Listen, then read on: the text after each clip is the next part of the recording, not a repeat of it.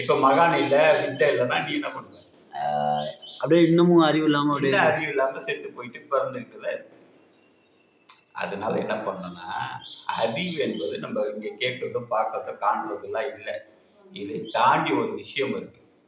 அதுக்கு மனதை அகங்காரத்தை அமைதி பண்ணி, மனதை அமைதி பண்ணி, நல்லா ஆழ்ந்த நிலையில நிஷ்டைன்னு ஒரு இடம் இருக்கு. அந்த இடத்துல போய் பார்க்கும்போது சகலமும் தெரியும். அதற்கு பேரு அறிவு. அதுக்கு தான் நம்ம போகணும். கடைசி வரைக்கும் அறிவே இல்லாம நம்ம வாழ்ந்துட்டு போயிடலாம், எனக்கு சுகமா தான் இருக்கு அப்படின்னா வாழ்வேன், ஆனா போயிடுவேன், வாழ்ந்துகிட்டே இருக்க மாட்டேன். அப்ப போறதுக்கு ஏன் இவ்வளவு போராட்டம்? நீ போயிடுறேன்ற ஒரு கான்செப்டுக்கு ஏன் இவ்வளவு போராட்டம்? இப்ப மகாவீரர் இருக்காரு, ராஜ்யம் வச்சிருந்தாரு, ராஜ்யத்தை தூக்கி போட்டாரு. ஆனா அதை தாண்டி உயர்ந்த ஸ்டேஜுக்கு போயிட்டாரு. புத்தர் ராஜ்யத்தை தூக்கி போட்டாரு. ஆனா அவர் அதை தாண்டி ஒரு உயர்ந்த நிலைக்கு போனாரு.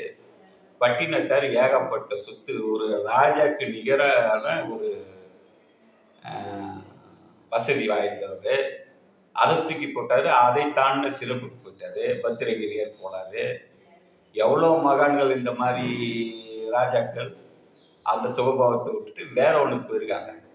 அவங்க எல்லாம் மடையர்களா இந்த சுகபாவத்தை விட்டுட்டு வேற ஒண்ணுக்கு போனோன்னு அப்ப என்ன பண்ணுச்சு, இது என்னடா சுகபோகம், இதோட சூப்பரா இருக்கு வாடன்னு அந்த பரம்பூர்ல அவர்களை கூப்பிட்டுச்சு. அப்போ நம்ம சுகம்னு நினைச்சு தினசரி பணம் காசை வச்சுட்டு நல்லா சாப்பிட்டு தூங்குறது அதெல்லாம் நமக்கு தற்காலிகம் தான். ஆனா தூங்குற போதெல்லாம் நல்லா இருக்குல்ல, சாப்பிடும் நல்லா இருக்கு. ஆனா அது நிரந்தரம் இல்ல. ஆமாங்க. பணம் உனக்கு லிமிட்டா வந்தா போதுமா? ஒரு சம்பாத்தியம் உட்காருங்க, உனக்கு அளவோட வந்தா போதுமா? அளவு மீறி தானே வரணும். ஆமாங்கய்யா. அதே மாதிரி சுகம் உனக்கு லிமிட்டா வந்தா போதுமா?